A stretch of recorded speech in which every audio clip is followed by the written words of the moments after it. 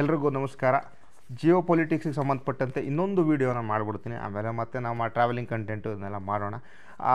Of course ಮತ್ತೆ ಇದು ಕೂಡ ಈ ಭಾರತ ಮತ್ತು ಪಾಕಿಸ್ತಾನಗಳ ನಡುವೆ ನೆಲೆಗೊಂಡಿರುವಂಥ ಉದ್ವಿಗ್ನ ಪರಿಸ್ಥಿತಿಯ ಕುರಿತಾಗಿಯೇ ಸಾರ್ವಜನಿಕ ಮಟ್ಟದಲ್ಲಿ, ನಾನು ಮತ್ತೆ ಹೇಳ್ತೀನಿ, ಸಾರ್ವಜನಿಕ ಮಟ್ಟದಲ್ಲಿ ಅನಿರೀಕ್ಷಿತವಾದ ಬೆಳವಣಿಗೆಯೊಂದರಲ್ಲಿ ಈ ಒಂದು ಸ್ಟ್ಯಾಂಡ್ ಆಫಿಗೆ ಸೀಸ್ ಫೈರನ್ನು ಮಾಡಿಸಿದ್ದು ಅಮೆರಿಕದ ಮಧ್ಯಸ್ಥಿಕೆಯಲ್ಲಿ ಅಚ್ಚರಿಯನ್ನು ಮೂಡಿಸಿದ್ದಲ್ಲದೆ, ಇದೇ ವೇಳೆ ಕೋಪ ತರಿಸುವಂಥ ಬೆಳವಣಿಗೆಯೊಂದರಲ್ಲಿ IMF ಮತ್ತೊಂದು ಬೇಲೌಟ್ ಪ್ಯಾಕೇಜನ್ನು ಪಾಕಿಸ್ತಾನಕ್ಕೆ ಕೂಡ ಮಾಡಿದ್ದು.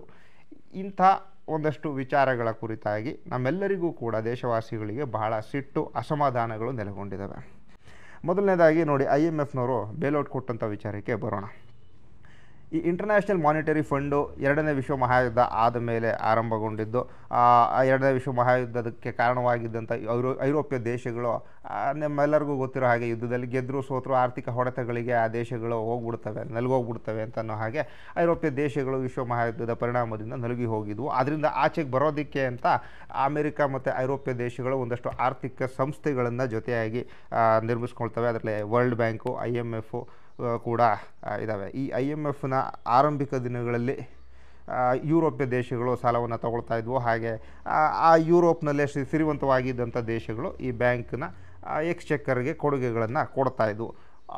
70-80ರ ದಶಕದಿಂದ ಆಚೆಗೆ ವಸಾಹತುಶಾಹಿಯಿಂದ ಸ್ವತಂತ್ರವನ್ನು ಪಡ್ಕೊಂಡಂಥ ಆಫ್ರಿಕನ್ ದೇಶಗಳು, ಏಷ್ಯನ್ ದೇಶಗಳು ಕೂಡ ವಿಶ್ವಸಂಸ್ಥೆಯ ಸದಸ್ಯರಾಗುವುದರ ಜೊತೆಗೆ ತಮ್ಮಲ್ಲಿ ಒಂದು ಆರ್ಥಿಕಾಭಿವೃದ್ಧಿಯನ್ನು ಸಾಧಿಸಬೇಕು ಅನ್ನೋ ನೆಲೆಗಟ್ಟಿನಲ್ಲಿ ಅನ್ನುವಂಥ ಒಂದು ಉದ್ದೇಶದಿಂದ ಈ ರೀತಿಯ ವಿಶ್ವದ ಹಣಕಾಸು ಸಂಸ್ಥೆಗಳಾಗಿದ್ದಂತಹ IMF ಮತ್ತು ವಿಶ್ವ ಬ್ಯಾಂಕ್ನ ಸದಸ್ಯರುಗಳಾಗ್ತವೆ. ಅದಾದ ಮೇಲೆ ಏನಾಗುತ್ತೆ ಅಂತಂದರೆ, ಈ IMF, ವರ್ಲ್ಡ್ ಬ್ಯಾಂಕ್ನಂತಹ ಇನ್ಸ್ಟಿಟ್ಯೂಷನ್ಗಳನ್ನು ಇಟ್ಟುಕೊಂಡು ಅಮೆರಿಕ ಮತ್ತು ಯುರೋಪ್ನಂಥ ದೇಶಗಳು ಒಂದು ರೀತಿಯ ಕಲೊನೈಸೇಷನ್ನ ಈ ಏಷ್ಯನ್ ಮತ್ತು ಆಫ್ರಿಕನ್ ದೇಶಗಳ ಮೇಲೆ ನಿರಂತರವಾಗಿ ಮಾಡ್ತಾ ಬರ್ತಾ ಇದೆ ಅಂತ ಅನ್ನುವಂಥ ಬಲವಾದ ಅನುಮಾನ ಮೂಡುವಂಥ ಎಷ್ಟೊಂದು ವಿಚಾರಗಳು ಇಲ್ಲಿದ್ದಾವೆ.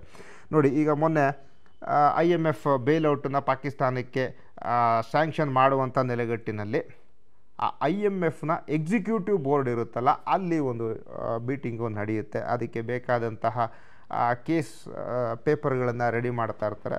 ಆ ಸಂದರ್ಭದಲ್ಲಿ ಏನಾಗುತ್ತೆ, ಆ ಎಕ್ಸಿಕ್ಯೂಟಿವ್ ಮೆಂಬರ್ಸ್ನ ಇದರಲ್ಲಿ ವೋಟಿಂಗ್ ಆಗುತ್ತೆ. ಪ್ರತಿಯೊಂದು ದೇಶವು ಕೂಡ ಇಲ್ಲಿ ವೋಟಿಂಗ್ ಮಾಡುತ್ತೆ. ಆದರೆ ಇಲ್ಲಿ ಪ್ರಾಬ್ಲಮ್ ಆಗಿರೋದೇನು ಅಂದರೆ, ಒಂದು ದೇಶಕ್ಕೆ ಒಂದು ವೋಟು, ಈಕ್ವಲ್ ವೋಟ್ ಅನ್ನುವಂಥದ್ದು ಇಲ್ಲ.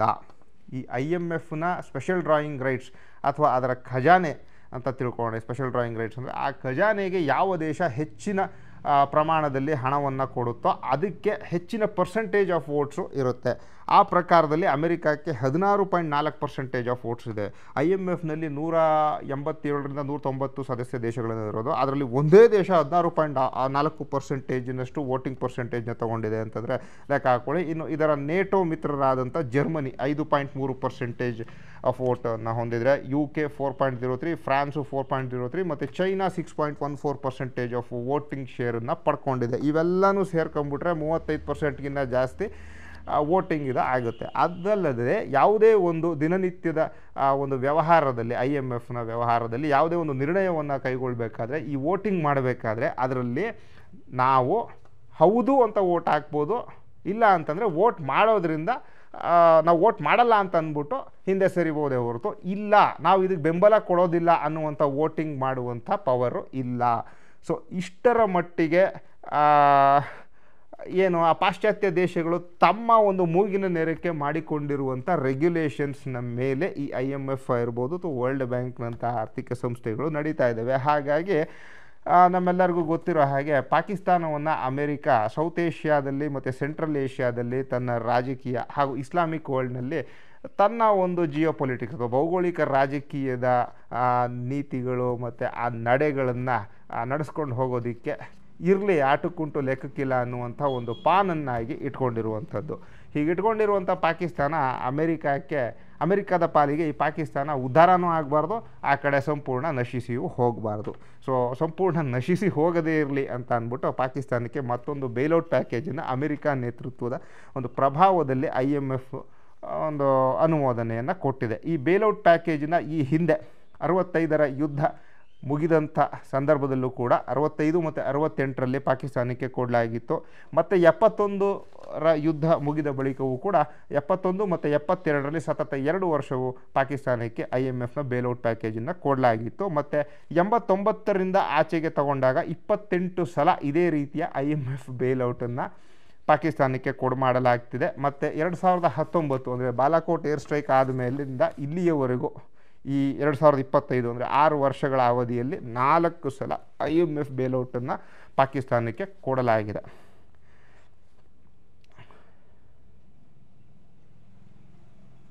ಸೊ ಇದೇ IMFನಲ್ಲಿ ಭಾರತವೂ ಕೂಡ ಮೆಂಬರ್ ಆಗಿದೆ. ಇದಕ್ಕೂ ಕೂಡ ಸ್ಪೆಷಲ್ ಡ್ರಾಯಿಂಗ್ ರೈಟ್ಸ್ ಇದ್ದು ಭಾರತನೂ ಕೂಡ IMFನ ಖಜಾನೆಗೆ ದೊಡ್ಡ ಮಟ್ಟದಲ್ಲಿ $13 ಬಿಲಿಯನ್ನಷ್ಟು ಕೊಡುಗೆಯನ್ನು ಕೊಟ್ಟಿದೆ. ಅದರ ಪ್ರಕಾರದಲ್ಲಿ ಭಾರತದ ವೋಟಿಂಗ್ ಪರ್ಸೆಂಟೇಜ್ ಎಷ್ಟಿದೆ ಅಂತಂದರೆ 2.6%ನಷ್ಟೇನೋ ಇದೆ. ಇಷ್ಟನ್ನು ಇಟ್ಟುಕೊಂಡು ಭಾರತ ಎಕ್ಸಿಕ್ಯೂಟಿವ್ ಬೋರ್ಡ್ ತಗೊಳ್ಳುವಂಥ ನಿರ್ಣಯಗಳ ಮೇಲೆ ಪ್ರಭಾವವನ್ನು ಬೀರೋದಕ್ಕೆ ಸಾಧ್ಯವಾಗ್ತಾ ಇಲ್ಲ.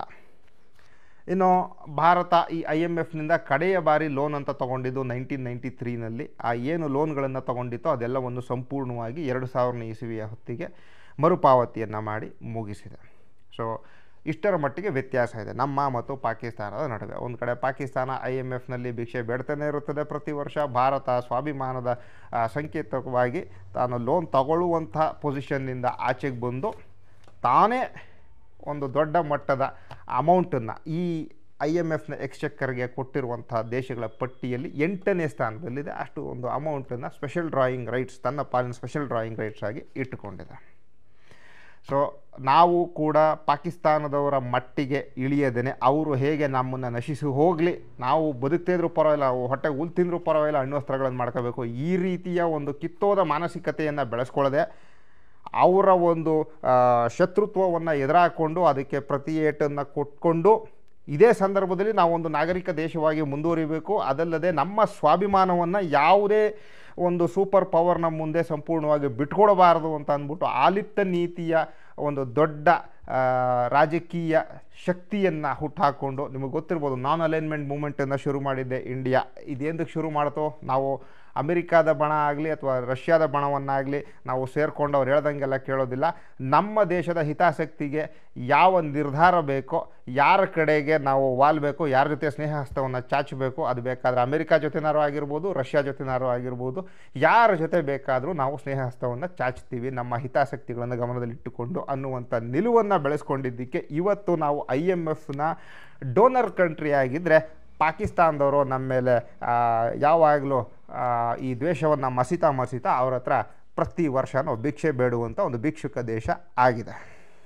ಇನ್ನು ಈ ಪಹಲ್ಗಾಮ್ ದಾಳಿ ಆಗ್ತಾ ಇದ್ದ ಹಾಗೆ ಭಾರತ ಏನು ಮಾಡ್ತೋ, ಇಂಡಸ್ ವಾಟರ್ ಟ್ರೀಟಿಯನ್ನು ಅಬೇಯನ್ಸ್ನಲ್ಲಿ ಇಡ್ತೀನಿ ಅಂತ ಹೇಳ್ತು. ಅಬೇಯನ್ಸ್ನಲ್ಲಿ ಅಂತಂದರೆ ತಾತ್ಕಾಲಿಕವಾಗಿ ಆ ಟ್ರೀಟಿಯಲ್ಲಿ ಮಾಡ್ಕೊಂಡಿರುವಂಥ ಒಪ್ಪಂದಗಳನ್ನು ತಾನು ಗೌರವಿಸೋದಿಲ್ಲ, ತಾನು ಫಾಲೋ ಮಾಡೋದಿಲ್ಲ ಅಂತಲೇ ಹೊರತು ಆ ಒಂದು ಟ್ರೀಟಿ ಅಥವಾ ಆ ಒಂದು ಒಪ್ಪಂದವನ್ನೇ ಹರಿದು ಡಸ್ಟ್ಬಿನ್ ಬಿಸಾಕ್ತೀನಿ ಅಂತ ಹೇಳಿಲ್ಲ.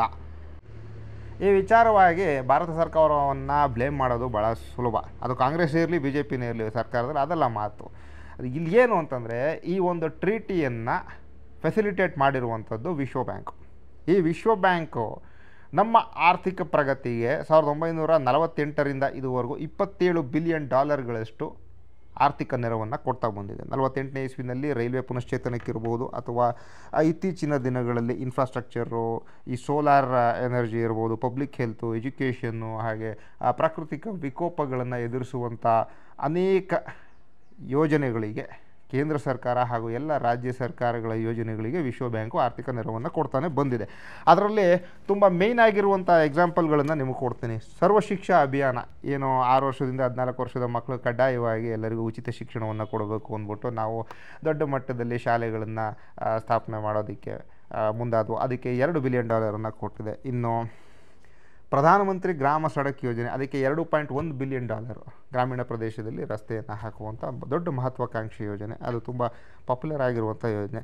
ಇತ್ತೀಚಿನ ದಿನಗಳಲ್ಲಿ ಕರ್ನಾಟಕದಲ್ಲಿ ನೋಡಿದಾಗ ಜಲಜೀವನ್ ಮಿಷನನ್ನು ಇಂಪ್ಲಿಮೆಂಟ್ ಮಾಡೋದಕ್ಕೆ ಕರ್ನಾಟಕ ಸ್ಟೇಟ್ನಲ್ಲಿ $363 ಮಿಲಿಯನ್ ಕೊಟ್ಟಿದೆ. ಅಂದರೆ ನಾವು ಅದನ್ನು $80 $85 ಅಂತ ಲೆಕ್ಕ ಹಾಕ್ಕೊಂಡಾಗ ಆಲ್ಮೋಸ್ಟ್ ಒಂದು $3,000 ಕೋಟಿ ಇದನ್ನು ಕೊಟ್ಟಿದೆ. ಆಲ್ಮೋಸ್ಟ್ ಇಷ್ಟೇ ಅಮೌಂಟನ್ನು ಬೆಂಗಳೂರಿನ ರಾಜಕಾಲುವೆಗಳ ಪುನಶ್ಚೇತನದ ಯೋಜನೆಗಾಗಿ ಕೊಡುವಂಥದ್ದು ಕೂಡ ಇದೆ. ಇನ್ನು ತಮಿಳುನಾಡು, ಗುಜರಾತ್ನಲ್ಲಿಯೂ ಕೂಡ ಫಿಶರೀಸ್ನ ರಿವೈವಲ್ಗೆ, ಹಾಗೆ ಗುಜರಾತ್ನಲ್ಲಿ ಕೋವಿಡ್ ಆದ ಮೇಲೆ ಹೆಲ್ತ್ ಕೇರು ಮತ್ತು ಎಜುಕೇಷನ್ ಕೇರಿಗೆ ಅಂತ ಅಂದ್ಬಿಟ್ಟು ಅಲ್ಲಿಗೂ ಒಂದು $400 ಮಿಲಿಯನ್ ಆರ್ಥಿಕ ನೆರವನ್ನು ವಿಶ್ವ ಬ್ಯಾಂಕ್ ಕೊಡ್ತಾ ಬಂದಿದೆ. ಹಾಗಾಗಿ ಈ ಒಂದು ಸೀಸ್ ಫೈರ್ ಅನ್ನುವಂಥದ್ದು ಏನಾಗಿದೆ ಅದು ಸಾರ್ವಜನಿಕ ಮಟ್ಟದಲ್ಲಿ ಅಚ್ಚರಿಯನ್ನು ಮೂಡಿಸಿದರೂ ಕೂಡ ಒಂದು ಮಿಲಿಟರಿಯ ಮಟ್ಟದಲ್ಲಿ ಭಾರತ ತಾನು ಅಂದುಕೊಂಡಂಥ ಅಬ್ಜೆಕ್ಟಿವನ್ನು ಸಾಧಿಸಿರಲೂಬಹುದು. ಅದು ನಮಗೆ ಗೊತ್ತಾಗದೇ ಇರ್ಬೋದು. ಮುಂದಿನ ದಿನಗಳಲ್ಲಿ ಇದಕ್ಕೆ ಸಂಬಂಧಪಟ್ಟಂಥ ಇನ್ನಷ್ಟು ವಿಚಾರಗಳನ್ನೇನಾದರೂ ಅವರು ಡಿಕ್ಲಾಸಿಫೈ ಮಾಡಿದರೆ, ಈಗ ಇವೆಲ್ಲ ಭಾಳಷ್ಟು ವಿಚಾರಗಳು ಇಲ್ಲಿ ಕ್ಲಾಸಿಫೈಡ್ ಆಗಿ ಉಳ್ಕೊಂಡಿರ್ತವೆ. ಡಿಕ್ಲಾಸಿಫೈ ಮಾಡಿದರೆ ನಮಗೆ ಅವತ್ತಿಗೆ ಗೊತ್ತಾಗ್ಬೋದು, ಈ ಒಂದು ಸ್ಟ್ರೈಕ್ನ ಹಿಂದೆ ಏನೋ ಒಂದಷ್ಟು ಆಬ್ಜೆಕ್ಟಿವ್ಗಳನ್ನು ಸಾಧಿಸಿದ್ದಾರೆ ಅಂತ. ಮತ್ತು ನಾನು ಆಗಲೇ ಹೇಳಿದ ಹಾಗೆ ನಾವು ಪ್ರತಿ ಬಾರಿ ಸರ್ಜಿಕಲ್ ಸ್ಟ್ರೈಕು ಅಥವಾ ಪಾಕಿಸ್ತಾನದ ವಿರುದ್ಧ ಒಂದು ಅಫೆನ್ಸಿವ್ಗೆ ಮುಂದಾದಾಗ ಹಿಂದಿಗಿಂತ ಈ ಬಾರಿ ಇನ್ನಷ್ಟು ಅಗ್ರೆಸಿವ್ನೆಸ್ಸನ್ನು ತೋರಿಸಿದ್ದೀವಿ ಅನ್ನುವಂಥದ್ದನ್ನೇ ತೋರಿಸ್ಕೊಂಡು ಬಂದಿದ್ದೀವಿ. ಮತ್ತು ಈ ಬಾರಿ ಪಂಜಾಬ್ ಪ್ರಾಂತ್ಯ, ಪಾಕಿಸ್ತಾನದ ಹೃದಯ ಭಾಗವಾಗಿರುವಂಥ ಪಂಜಾಬ್ ಪ್ರಾಂತ್ಯದ ಅನೇಕ ಕಡೆ ನಾವು ಸ್ಟ್ರೈಕ್ಗಳನ್ನ ಮಾಡಿದ್ದೀವಿ. ಅಷ್ಟೇ ಅಲ್ಲ, ಜೈಷ್ ಎ ಮೊಹಮ್ಮದ್ನ ಪ್ರಧಾನ ಕಾರ್ಯಾಲಯ ಮತ್ತು ಮುರಿದ್ಕಿನಲ್ಲಿರುವಂಥ ಲಷ್ಕರ್ ಎ ತೈಬಾದ ಪ್ರಧಾನ ಕಾರ್ಯಗಳನ್ನು ಕೂಡ ನಾವು ಪುಡಿಗಟ್ಟಿದ್ದೀವಿ. ಅಷ್ಟರ ಮಟ್ಟಿಗೆ ನಮ್ಮ ಒಂದು ಈ ಅಗ್ರೆಸಿವ್ ಸ್ಟ್ಯಾನ್ಸು ನೆಕ್ಸ್ಟ್ ಲೆವೆಲ್ಗೆ ಹೋಗಿದೆ.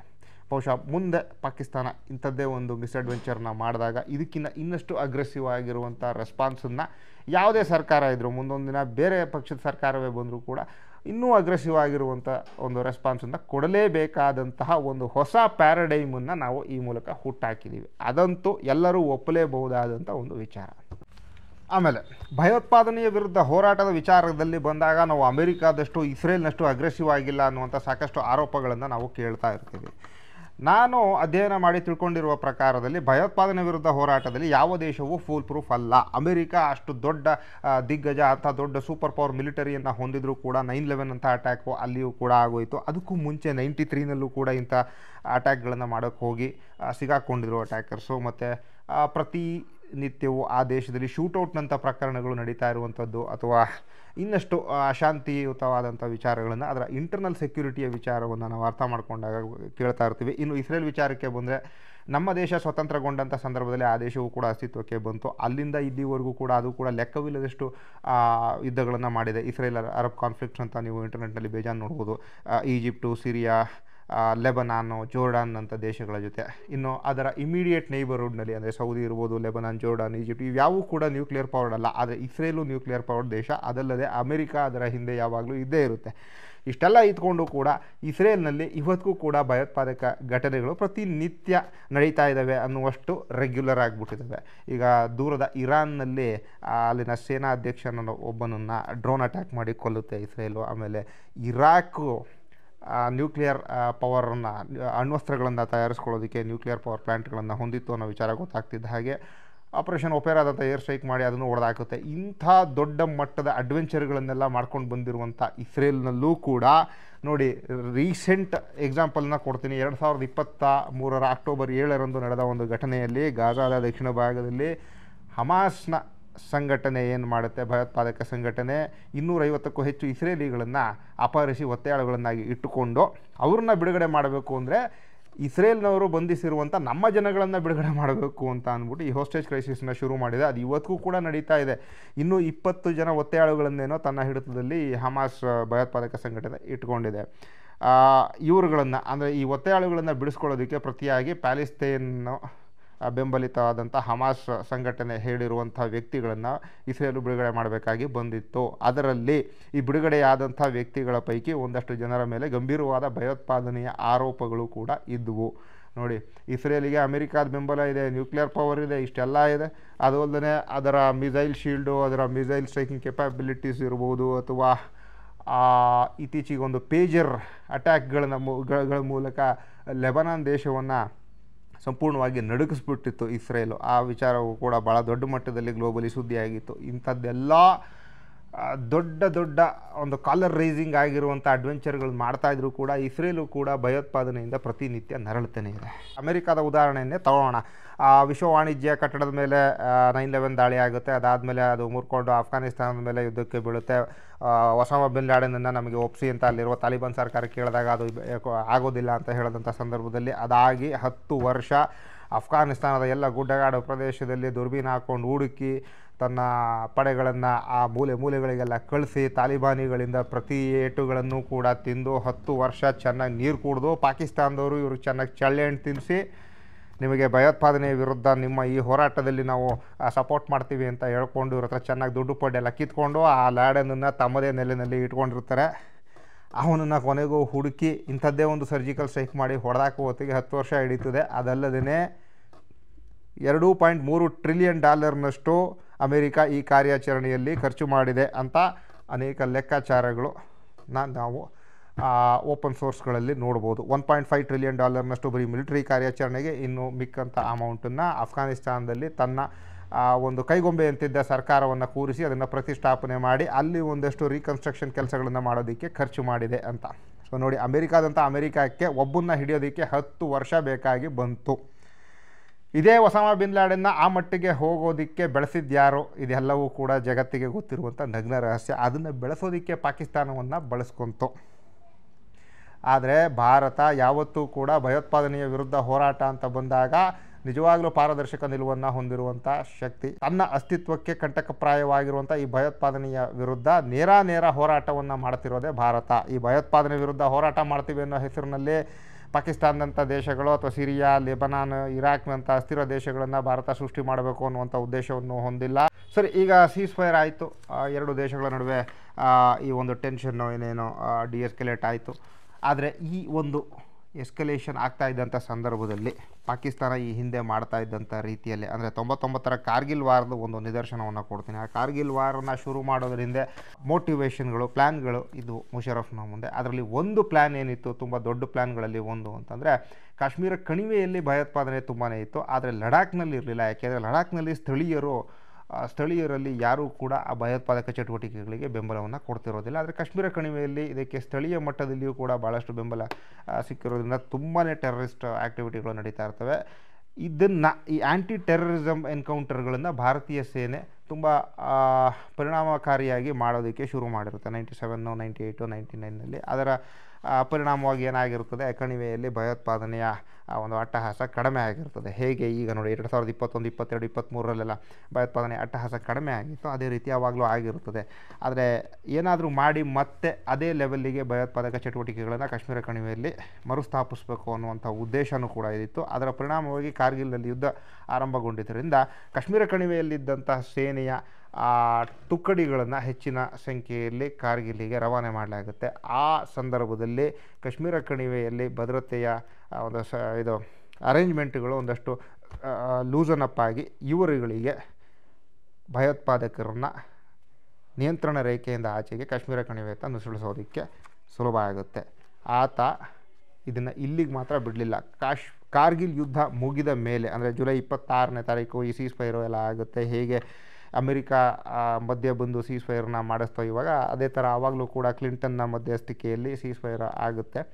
ಅದೆಲ್ಲ ಆಗಿ 5 ತಿಂಗಳಲ್ಲಿ ಇಂಡಿಯನ್ ಏರ್ಲೈನ್ಸ್ನ ಹೈಜಾಕ್ ಮಾಡ್ತಾರೆ. ನಾನು ಆಗಲೇ ಹೇಳಿದ ಹಾಗೆ ಈ ಯುದ್ಧ ಆರಂಭವಾದಾಗ ಕಾಶ್ಮೀರ ಕಣಿವೆಯ ಒಳಗೆ ಸಾಕಷ್ಟು ಸಂಖ್ಯೆಯಲ್ಲಿ ಭಯೋತ್ಪಾದಕರು ನಿಯಂತ್ರಣ ರೇಖೆಯನ್ನು ದಾಟಿ ಬಂದು ಸೇರ್ಕೊಂಡಿರ್ತಾರೆ. ಇನ್ನು ಅದನ್ನು ನೆಕ್ಸ್ಟ್ ಲೆವೆಲ್ಗೆ ತೊಗೊಂಡೋಗ್ಬೇಕು ಇಲ್ಲಿ ಕಾಶ್ಮೀರ ಕಣಿವೆಯಲ್ಲಿ ಟೆರರಿಸಮ್ನ ಅಂತ ಈತ ಏನು ಮಾಡ್ತಾನೆ, ಹರ್ಕತುಲ್ ಅನ್ಸಾರ್ ಅಂತ ಅನ್ನುವಂಥ ಒಂದು ಭಯೋತ್ಪಾದಕ ಸಂಘಟನೆಯವರು ಆ ಇಂಡಿಯನ್ ಏರ್ಲೈನ್ಸ್ನ ಹೈಜಾಕ್ ಮಾಡಿ ಅದನ್ನು ತೊಗೊಂಡೋಗಿ ಕಂದಹಾರ್ನಲ್ಲಿ ಇಟ್ಕೊಂಡು ಮಸೂದ್ ಅಜರ್ ಸೇರಿದಂತೆ ಇನ್ನೊಂದಷ್ಟು ನಟೋರಿಯಸ್ ಟೆರರಿಸ್ಟ್ಗಳನ್ನು ಬಿಡುಗಡೆ ಮಾಡಿಸ್ಕೊಳ್ತಾರೆ. ಅದೆಲ್ಲ ನಿಮಗೆ ಗೊತ್ತೇ ಇದೆ. ಆ ಬಿಡುಗಡೆಯಾದ 3 ತಿಂಗಳಲ್ಲಿ ಕಾಶ್ಮೀರ ಮತ್ತೊಮ್ಮೆ ಹತ್ಕೊಂಡು ಉರಿಯುತ್ತೆ.